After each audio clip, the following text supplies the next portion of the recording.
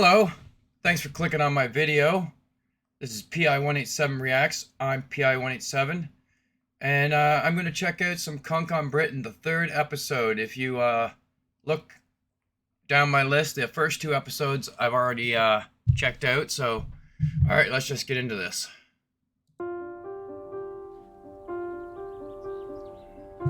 Today, Britain stands at a fork in its crossroads, and its people are asking questions.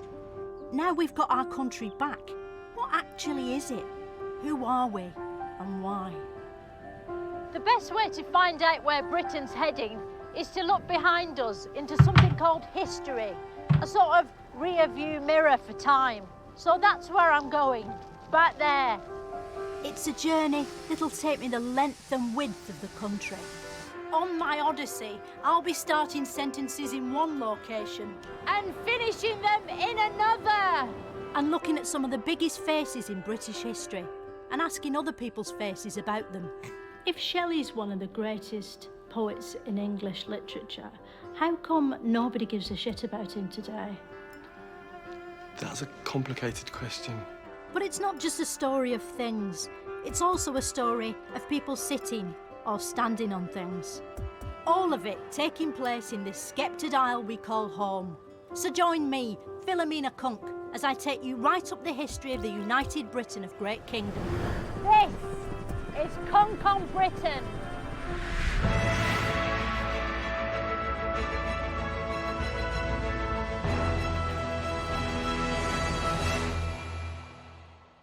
Jeez, that's a long intro, isn't it? Last time, we saw how the British leaked out of Britain itself and sailed the world in boats. This week we're examining the 19th century. This was a time of invention, industry, discovery, empire building, urban squalor, sexual hypocrisy, optimism, statues, painting, photograph, him, her, them and tree. It was a time when British creativity was at its peak, bringing us everything from great works of art to great works of train. A time when Britain very much entered the third episode of its history. It's the Episode early 3, the 19th third century, episode. And Britain is in the grip of the Georgian era, a time when all English kings had to be called George. There was George III, George II, George IV and George I, though not necessarily in that order. The Georgian era saw the birth of a new artistic movement, the Romantics. They weren't like the old Romantics, which is like when your dad buys your mum a box of black magic from the service station when it isn't even her birthday. And they weren't like the new Romantics, which were all synthesizers and wind machines. Instead, they were poets and artists whose names are still familiar today. Wordsworth, Shelley, Blake, and the other ones. To find out more, I went to speak to an expert. Who was Ron? Among the Romantics, you mean? Yeah. William Godwin was quite wrong. He believed that there should be no laws at all in society. No, who's Ron? Ron? Is there a Ron? Yeah, the one that wrote all the poems and signed them by Ron. Byron? Yeah, that was his family name, Byron. Or George Byron. Oh, right, okay. Yeah. Who was the man from Nantucket that Byron wrote about in his poem? I don't remember that poem. It's the one that goes, there was a young man from Nantucket. Is that Byron? I think so, it's really good. How did it end? Byron was like a rock star. He was sexy like Mick Jagger, brooding like Kurt Cobain, and he had brown hair like Harry Styles. Little wonder he's still considered the #1 dead romantic in history. Which was your favourite of the Romantics? Probably Byron, I would think. Byron was the bad boy of the Romantic poets. It's thought that he probably slept with his sister and with most other women in England. He was your favourite? Yeah. The one who slept with his sister? Well, it's not on that basis that I like him. I was just giving you a bit of background on him. Would that have shocked people, or was everyone sleeping with their sister back then? I think it was. I mean, he spent much of his life in exile, and Where's exile? Well, in his case, it was in Italy mainly. And he wrote Don Juan, which is one of the greatest pieces of particularly rhyming poetry in English literature. It must be a good book if you can overlook the fact he slept with his sister. But not all women of the age were Byron's sister who he was sleeping with. Some of them were other women, like this one. What exactly was Jane Austen? Jane Austen was a woman from Hampshire who wrote novels. Is that it? Yes, that's it, absolutely. Austen wrote novels, which are books, which look like this on the outside and this on the inside, filled with words it's almost impossible to care about. When are they going to translate Jane Austen's books into proper English? You know, from like ancient English? Because they're sort of hard to concentrate on, aren't they, now that we've got like phones and stuff? Well, she's not that hard, really. The sentences have sometimes got some nice balancing clauses with a lot of humour in them. Why do they keep making Jane Austen's books into films and TV shows? There's only about 5 of them, isn't there? Whereas, like, there's 50 Mr. Men books and they haven't done all of those yet. I think there are lots of reasons for that. People love the love stories. They like the costumes. They're also wonderful books with lots of opportunities for humour. Are we talking about Jane Austen or Mr. Men? Probably both. Yeah. Who's your favourite Mr. Man? Mr. Tickle, probably. Yeah, love Mr. Tickle. Jane Austen died in 1817, only to be reincarnated 200 years later in the form of this banknote. But important though she wasn't the most significant woman of the century. That honour belonged to Queen Victoria. Queen Victoria is often portrayed as old and grumpy. It's where the term Victoria Cross comes from. But she wasn't always a sour, disapproving old woman. She was once a sour, disapproving baby. Queen Victoria was born in 1819, in the usual way, out of a woman. It was hard to tell that this infant would grow We all know how usual that is anymore. up to be queen, because her crown hadn't yet formed. It was just hair, The usual which way. must have been a relief to her mother as she was pushing her out. As well as looking miserable, her other hobby was fashion. Even at an early age, she was dressing like a cross between a disillusioned Lord Mayor and an angry hen. In 1837, aged 18, Victoria became queen. Her reign was to be a period of great industrial, cultural, scientific and political change. But the main thing people asked her about was why she was still single and when she was getting married. Eventually, to shut everyone up, she fell in love with her cousin Albert. Prince Albert was German, but Victoria was willing to overlook that because they were in love, and because most of her family were German too. Their untrammelled sexual passion is evident in every photograph of them. What no one saw coming was that during Victoria's reign, Britain would be turned upside down by an avalanche of hurricane proportions called progress. This was the Industrial Revolution. And the very first winds of that changequake detonated in the almost prehistoric world of transport. The Victorians had horse-drawn buses, but you never see horses drawing anything these days, do you? When did they lose the ability to draw? Is it when their hands sort of turned into hooves? When we talk about horse-drawn buses, we're not really talking about horses drawing buses, but pulling them along. So that's the meaning of the word draw in this instance. Right. And that stopped really once we had the railways and then even more the engines. Not an answer she expected to answer that day. Engines ran on a mysterious new element the Victorians had discovered called steam. It was a big deal, wasn't it, when they got trains to run on steam? Where did they get the steam that powered the trains back then? Did they have to sort of mine it from underground, or did they get it from the sky? Well, you can actually make steam by boiling water. So what they're doing is using the coal to boil the water and make the steam that way. Right, so... Oh, look at her planes are made of face. Boiling water. Why don't planes boil then when we fly through them? I think you probably want to speak to a meteorologist about the clouds. Okay.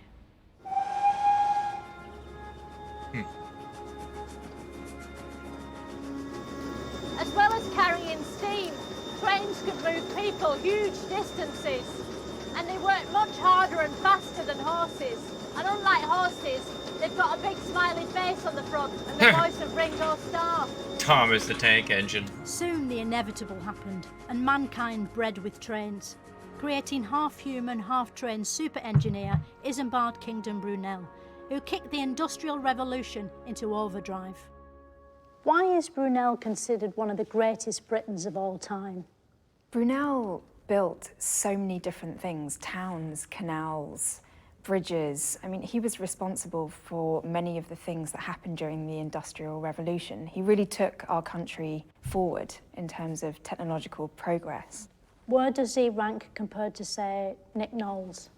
He's definitely further up the list, on my list. Nick Knowles or Brunel? Brunel. I suppose we haven't given Nick Knowles a proper chance yet, have we? We don't know what he might come up with yet. This is one of Brunel's most famous achievements, the Clifton Suspension Bridge. Oh, wow. That is an achievement. That must have been fun to build. Britain's first white-knuckle ride. Although disappointingly flat compared to today's roller coasters, millions still flock to Bristol every year just to queue up and have a go on it. As well as bridges and tunnels, the Industrial Revolution brought factories. So what were with the wing-wongs on there? Is that just because they charge people to go across that bridge, or is it because they don't want too many cars on it at once? I don't know what that was all about. I'm thinking they charge people to go across it.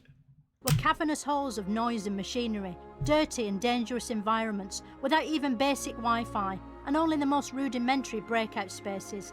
But they were changing Britain forever. These days, no one works in these factories except ghosts, and even then, they only work night shifts. Workers did long, thankless hours with no breaks and low pay in a squalid and threatening environment, conditions unthinkable today to anyone who isn't a junior doctor. The Industrial Revolution was so frenetic, a man called Charles Babbage got carried away and invented the computer far too early. Modern computers are tiny, but this was as big as a transit van. It was even bigger than the 1990s one your dad's got in the loft and won't throw away in case the bin men find all his bank details and mucky JPEGs. Hello, who are you? Who are you? That's a big-ass computer. I'm Doran Swade. I'm an historian of computing, and I was responsible for building this engine. So what games does it have? It doesn't have any games. It must have, like, some basic games, like Mario Kart or Snake or I'm afraid or not. Patience, like the shittest one. It must have Patience. I'm afraid it doesn't. It doesn't have any games. None whatever. It just does mathematical calculation. So where's the screen on this computer? A screen, again, is part of the electronic era. This has no screens. As it happens, you don't need to read the numbers because it prints them automatically for you. It's a shame, isn't it, that it doesn't have a screen, because then you could turn it upside down and the numbers would become rude words. You know, like with a calculator. Yes. Have you ever done that? I haven't, but I know what you mean. You've done this, but you haven't done that. Correct. Babbage never foresaw the terrible consequences of his invention, a machine that would autocorrect his name to Cabbage every single time. The Victorian age was an era of huge and inventive leaps.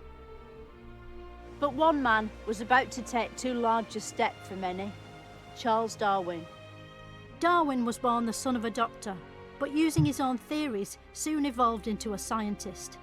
He was fascinated by nature and decided to find out more about it by going to sea on a beagle. Darwin sailed off on his science mission on a beagle, didn't he? He did, yeah. He went off for A 5 Beagle? years on the Beagle, a Yeah. small ship which It was a ship. circumnavigated the world. Not yeah. a dog. Not a dog. No, So it wasn't a ship that evolved into a dog. certainly not, no. On his journey, he visited the Noel Gallagher's Islands and came up with a theory that animals that were dead were less likely to reproduce than ones that were alive. Talk me through the events that led up theory. to the moment where Charles Darwin invented the monkey. Darwin didn't invent the monkey. No one invented a monkey. Okay, well, talk me through the events that led up to the moment where Charles Darwin didn't invent the monkey. Charles Darwin saw monkeys as potential progenitors of humans, i.e. we could have evolved from them. When they put monkeys in zoos, how long does it take for them to turn human? Well, it's not really to do with the zoo. All right, so say we kept one in the wild. How long would it take for that monkey to grow like a nose or ears? Well, they have noses and ears that are perfectly functional. Like a man's nose.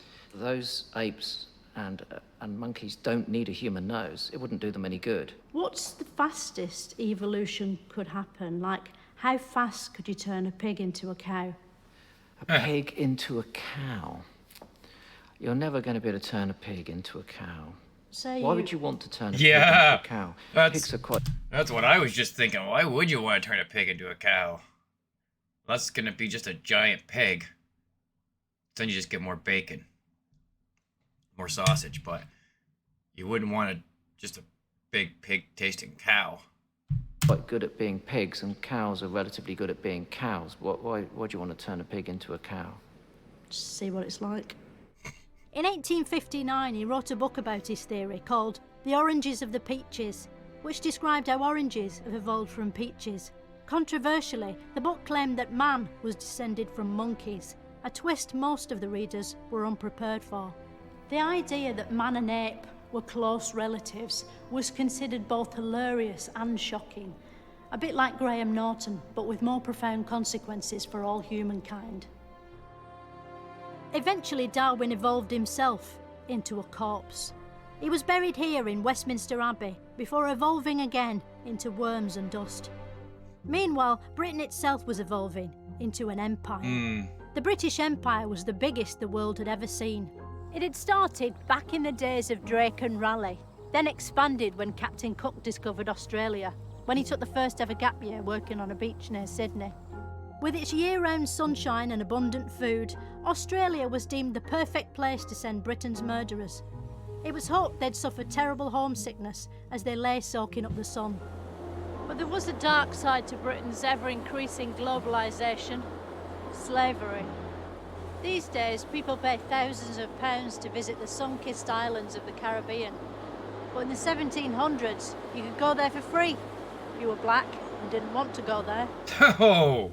It was immediately obvious to anyone that slavery was wrong, which is why it was only allowed to continue for hundreds of years. There were many countries in the British Empire. By Victoria's day, the Empire bits were coloured pink on the map, to remind white Britons what colour they'd turn if they went there and stood in the sun too long. And no bit of the map was pinker than the jewel in the crown, India. For years, a British business, the East India Company, had ruled over India, and the locals weren't happy. A corporation running a country is the sort of thing that usually happens in a scary science fiction film. But this was real and ages ago, and had all tea leaves in it instead of lasers. After a people's rebellion, the company was replaced in 1858 by the British monarchy, and the British Raj was born. Queen Victoria was made Empress of India in 1877, a title she was so thrilled by, she immediately set about never visiting the Indian continent at any point in her life. For some reason, the debate still rages as to how good the British Empire actually was. Was the British Empire evil like it was in Star Wars? I think the important point here is that, yes, many people would have seen the British Empire as being an evil empire, whilst at the same time many people, unsurprisingly most of them British, would have seen it as something that was a beacon of light. So I think that here lies one of the key debates in British imperial history: was it good or was it bad? Who was the Darth Vader of the Empire? Was it Queen Victoria? Oh, this guy's face. You probably wouldn't have had anyone quite as powerful as Darth Vader, as, if you like, a supreme leader. What about Luke Skywalker? I think many people would have liked to have undertaken a Skywalker-like role as a saviour, but there probably weren't too many of those around. Chewbacca? No, I think that's stretching it. Meanwhile, back home, with machines doing all the hard work, people had more free time on their hands than ever, and they needed entertaining. What sort of music was popular in Victorian times? What were the genres? R&B, soul, rock? One was the music hall. Is music hall the first sort of music named after a building? And do you think that was a big influence on acid house? Despite the name, music hall wasn't just music in a hall. As well as singers, there were comedians, dancers and variety turns, like on Britain's Got Talent, but with a few differences. Britain's Back Got then, Talent. audiences enjoyed the acts for themselves, rather than asking David Williams or Amanda Holden to do it for them. And because the only way to change channel in Victorian times was to walk up the road to a different music hall, the acts could be a lot shitter. So could you play some music hall for me now? Right, well, there were lots of popular songs, and they liked certain sort of rhythms and vamps. So this was a very popular one, which would go like this. My old man said, follow the van, and don't dilly-dally on the way. That sort of rhythm was very popular. So why was that considered entertaining? But while commoners enjoyed this Victorian equivalent of ITV, posh folk were getting into a primitive paper-based form of television called books, which streamed content from the page into your mind's eye. Books were being produced in huge numbers. Perhaps that's why the Victorian era produced more Victorian writers than any other period in history. This is one of them, Sir Arthur Conan Roddy Doyle, perhaps the greatest writer of detective fiction he could possibly be, the inventor of Sherlock Holmes. The first Sherlock Holmes story was such a hit, Conan Doyle wrote 55 sequels, which is 4 more than The Fast and the Furious. Although in the Sherlock Holmes stories, some stuff happens that isn't skidding. Since his Victorian origins, Sherlock Holmes himself has regenerated many times and in many different forms throughout history. From drawings, to black and white man, to a black and white man in colour, into a cricketer, and even an alien. But perhaps the best known Victorian to put quill to paper is one of the greatest writers Britain has ever shut out, Sir Charles Dickens. Dickens lived here in a house, but he left when the council turned it into a museum, gift shop and education centre in his memory. He became a writer and began to create some of the most time-consuming stories in history. The names of Dickens' most famous works are still familiar today. Nicholas Nickelback. God, that chair in the background could not have been comfortable to sit in, that curved one. I can't see it. Great Defecations, David's Copperfield, The Picnic Papers, and his masterpiece, Oliver's Twist. Despite the spoiler in its title, Oliver's Twist doesn't have a twist at the end. Which, come to think of it, is a brilliant twist in itself. That's how clever Dickens was. Yep, clickbait.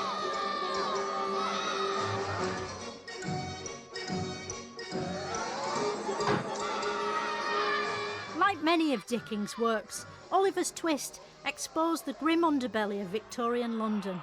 As you can see from this blistering adaptation, it's an uncompromising, searing vision of extreme poverty and synchronised dancing. Despite his genius, Dickens' immortality couldn't last, and in 1870 he died. Forever. We don't know what his last words were, or whether he managed to blurt out "the end" just before closing his mouth for the last time. But while Dickens was celebrated, another Victorian wordsmith found himself on the wrong side of the law. Oscar Wilde was a brilliant writer and wit, which is the Victorian word for top bants merchant. He was persecuted for being gay and ended up in reading jail. Luckily, being a literary man, he loved reading and was so happy he wrote a song about it. Sadly, it didn't do very well because there's no tune to speak of, and as you can see, he's misspelt jail on the front. The Victorians treated Wilde like a sexual deviant because they were extremely prudish. In polite society, clothing was prim and proper. Even glimpsing an ankle was considered racy. So chances are anyone seeing a bum would have had a stroke. In fact, the famed Victorian morality was nothing more than a hypocritical front. For one thing, as these photographs prove, people still had buttocks and muffs. Some people even had intercourse. Victorian London in particular was a hotbed of vice, with many a so-called respectable gentleman paying women for sex up the East End. If you were a prostitute in London in 1888, there were 2 words guaranteed to put the fear of God into you: Jack and the Ripper.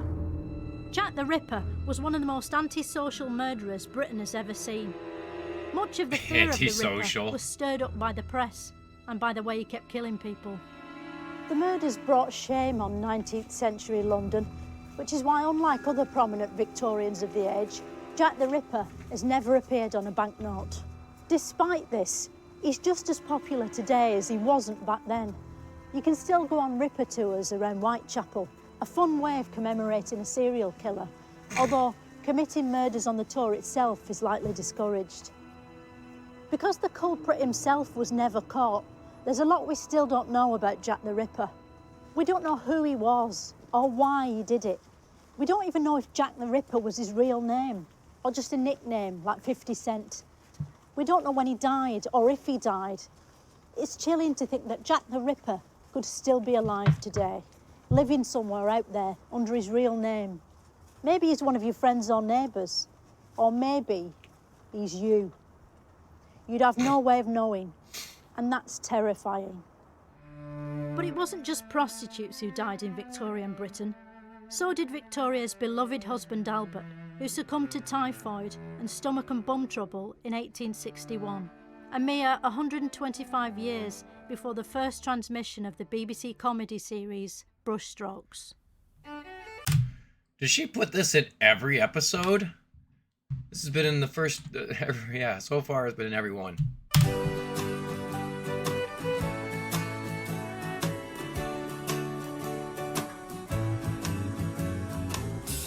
Because of you, these things I do. Because of you. Because of you. Oh. Victoria was so heartbroken by Albert's death, she spent the rest of her life wearing black and pulling a face like Alfred Hitchcock watching a dog drown. The grieving Queen commissioned monuments to Albert's memory, such as the Prince Albert Memorial and the Royal Albert Hall, which functioned as both a concert hall and a receptacle for Adolf Hitler's missing bollock. And then Victoria did what any widow would and went off to the Isle of Wight to look out of the window until she died. Fittingly, for a monarch whose reign had seen many technological advancements, moving pictures had just been invented, just in time to capture her funeral. But sadly, not in time for her to enjoy the footage of her funeral. Oh. The entire country came to a standstill for the procession. It was as though the British public weren't just burying a queen, but an entire era, which they'd somehow managed to fit in the box along with her body. The death of Queen Victoria reduced the number of women with a voice in British politics by 100%, because in 1901, women did not have the vote, even though at the time, half the men in Britain were women. Women were thought of as simple creatures who could give birth and raise families, but couldn't be trusted with something as complicated as drawing an X with a pencil.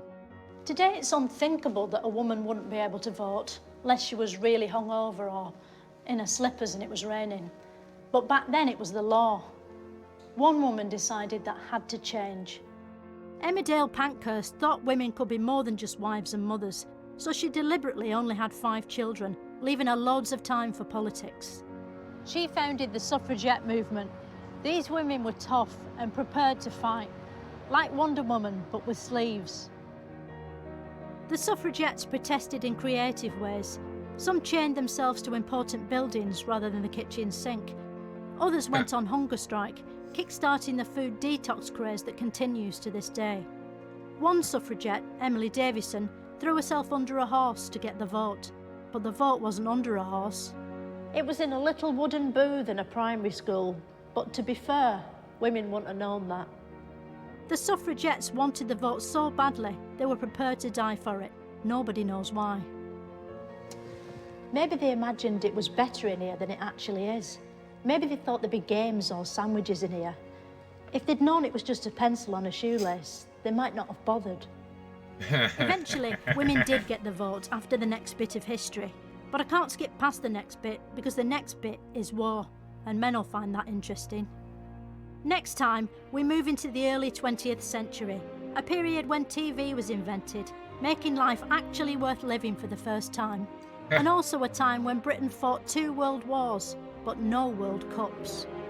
Why were all the British soldiers in World War I called Tommy? Was that just a coincidence? Yeah, I imagine we got a lot more stuff done before the TV was invented. But anyhow, I want to thank you for watching my video. I hope you come back for more. This has been the 3rd episode. And click on like if you want. And I hope you come back again. All right, thanks. Bye.